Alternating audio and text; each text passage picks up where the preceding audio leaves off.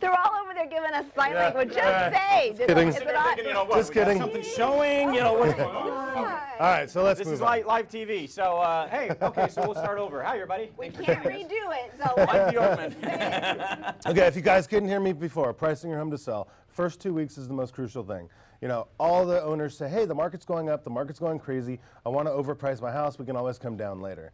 So it's our job as professionals to explain to them the first couple weeks is where it's all at, and I'll tell you why. Number one, it's a new listing. That's when we can make a huge email blast, that's when we can do all the fun stuff and really get the marketing out. That's when we need to sell it twice. the graph is showing the activity in the first week or two. Or yeah, no, absolutely. So that's a perfect graph. I'm glad we have that.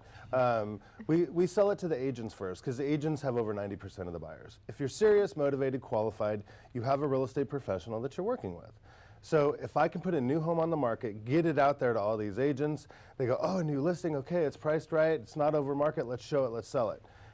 After a couple of weeks goes by, it gets stale on the market, you get near to that 30-day mark, and the buyers are going to say, well, it's been on the market 30 days, let's see how far they're willing to come down. So they're going to write a lower offer, and that's fact. And even if we're going to go look at a car, on a car lot, we drive by it for a month, they go, they got to be motivated now. I bet you they'll come down. So it's the same thing with buyers. It's true. Every buyer I work with, they'll look and say, how many days has this been on the market? Oh, 30, 40. Oh, good, so we can go in low. That's right. That's their automatic thought process. That's right. And if they write the offer in the first week or two, they don't do that. They go, oh my gosh, let's get it before somebody else. You have a full price offer from a motivated, qualified buyer. Absolutely. Also, a lot of people forget, it's not just the upfront sales price, it's during the escrow.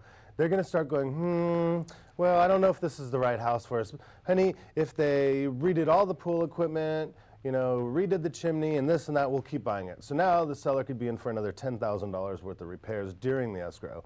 And the buyers goes on the market 30 days. I'm sure they don't want to resell it and wait another 30 days.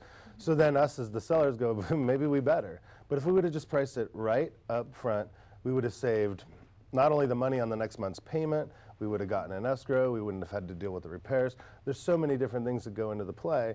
It's just that's when the most amount of marketing activity is.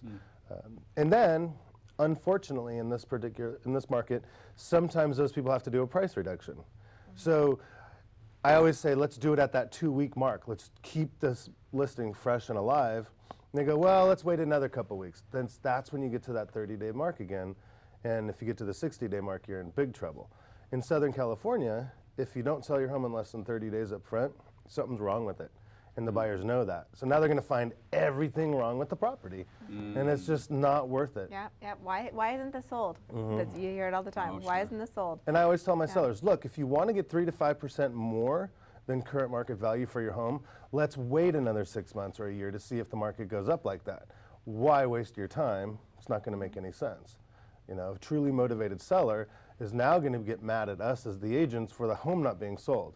Well, people are smart enough and savvy enough to save a down payment, be qualified to buy a home in Southern California market.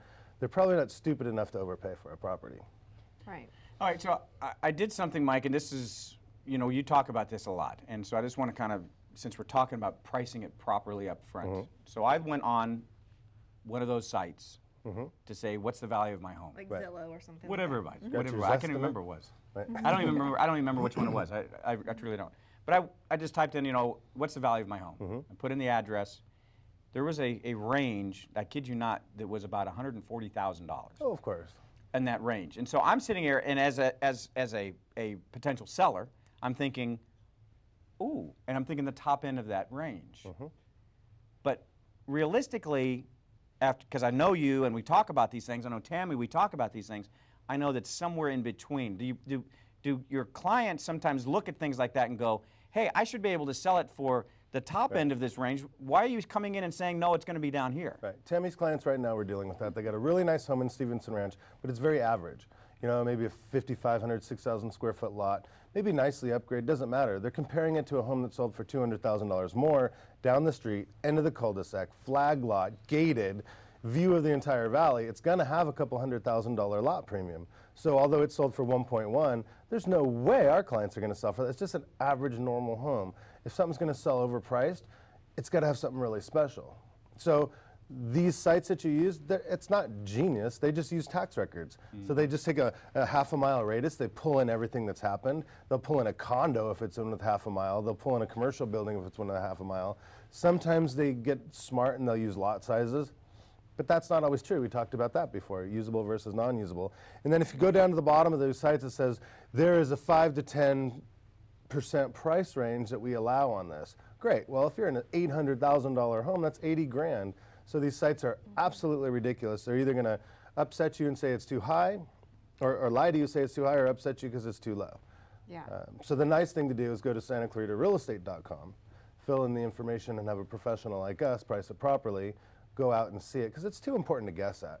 If you're truly considering selling your home, it's okay to get a price range, but you really need us to And they can go get a out full there. market analysis at no charge. Right. Anyone in Santa Clarita Right. watching No right now wants a charge, market no analysis of their obligation. home. Oh.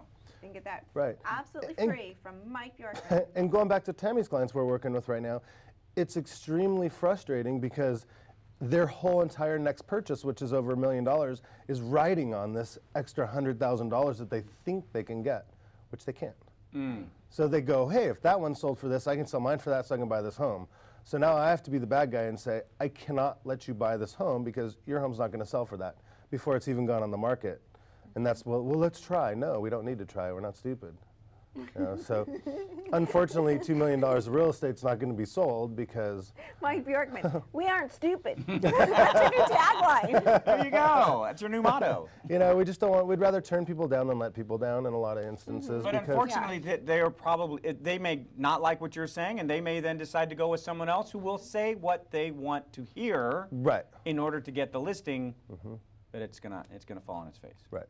Yeah, I've seen it happen. And it's sad. You know, people also, they think their homes are like, I've got these beautiful oak cabinets. It's like, yeah, from 1980. I know they were a lot of money in 1980, but you know what I mean? So it's like you have to really, you have to listen to the professional. The professionals know, and they want to get you the most amount of money. Yeah, it's up to us and our reputation. Last night I put a home on the market in Canyon Country. The back, God, I hope she's not watching. The slope has there's a slope in the back, and she put these railroad ties, you know, those nasty termite written things, to make little levels so you can grow flowers. And she's so excited about this. I'm like, there's zero value in that. Well, the other ones go straight up. I don't care. You're not going to get $10,000 more for railroad ties. And then we go in the house, and it's got 12-inch beige ceramic tile from the 80s. Well, this is a huge upgrade. Okay. At some point, it's not an upgrade, you know. It's a selling point from the 80s, but nowadays. Now it's a downgrade. Right, so we priced it right, you know. She was motivated enough, and she understands the market now. But at first, she was trying to get $20,000, $30,000 more for railroad ties stuck in a dirt hill in the backyard. Wow. So interesting, huh? All right, Mike, thank you very much. As Price it always. right up front. Price it right up front. Very good. Call Mike very good point. Bjorkman. He's not stupid. And he can tie a tie. Ish. I'm Mike Bjorkman. Hire me for all your real estate needs. I'm not stupid. Killing me. He's not stupid. Killing me. Well, speaking of stupid, Joe Messina is going to come up and talk about stupid people. Not that you're stupid. We know that you're not stupid. Just what we talk about is stupid. Well, no, the people you talk about are stupid. Okay, we're going to take a break. I'm going to pick my foot out of my mouth, and then we'll bring Joe Messina on.